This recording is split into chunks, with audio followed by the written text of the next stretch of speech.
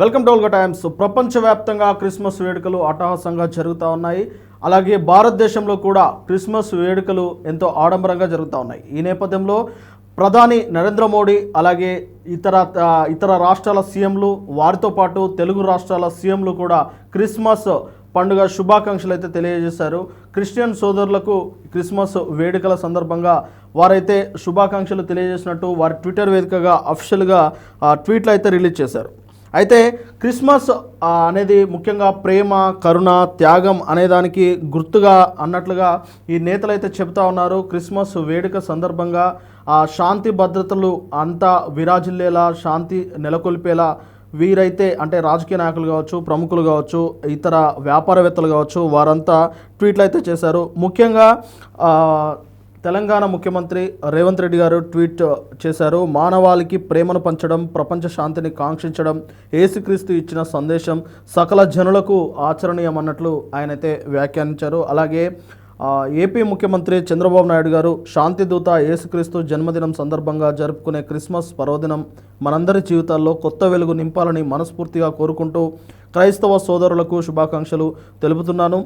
క్రీస్తు చూపిన ప్రేమ, క్షమ, సహనం, సేవ వంటి విలువలు ఈనాటి సమాజానికి మరింత అవసరం.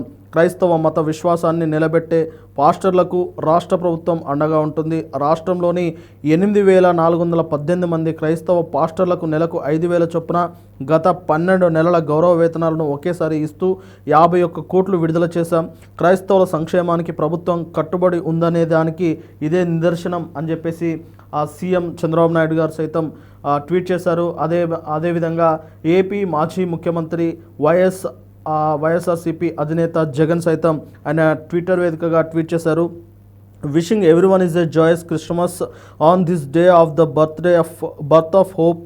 Let us renew our commitment to serve humanity and building a brighter tomorrow for all. Merry Christmas అన్నట్లు క్రిస్మస్ పండుగ సందర్భంగా ఆయన రేపటి కోసము ఆయన ట్వీట్ చేశారు. అలాగే భారతి గారు, జగన్మోహన్ రెడ్డి గారి సతీమణి భారతి గారు సైతం తాను తన సన్నిహితుల మధ్య తన క్రిస్మస్ వేడుకలను అయితే చాలా అట్టహాసంగా జరుపుకున్నారు. దానికి సంబంధించి అక్కడ కేకులు కటింగ్ చేసి కూడా అక్కడ వేడుక చేసుకున్నారు.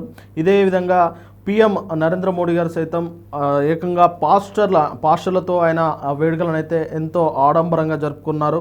అక్కడ క్రిస్మస్ అంటే చర్చికి వెళ్ళి అక్కడ ప్రత్యేక ప్రార్థనలో కూడా పాల్గొన్నారు.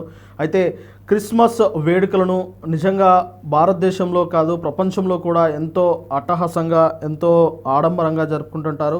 ప్రతి క్రిస్మస్ వేడుకలకు సంబంధించి ఇటు ప్రభుత్వాలు కూడా ఎంతో కొంత వారికి అటు సంక్షేమాలకు సంబంధించి కావచ్చు, లేదంటే ఇతర రాయితీలకు సంబంధించిన కూడా ఆ ప్రభుత్వాలు, ఇటు కేంద్ర ప్రభుత్వాలు, ఇటు రాష్ట్ర ప్రభుత్వాలు కూడా అందిస్తూ ఉంటాయి.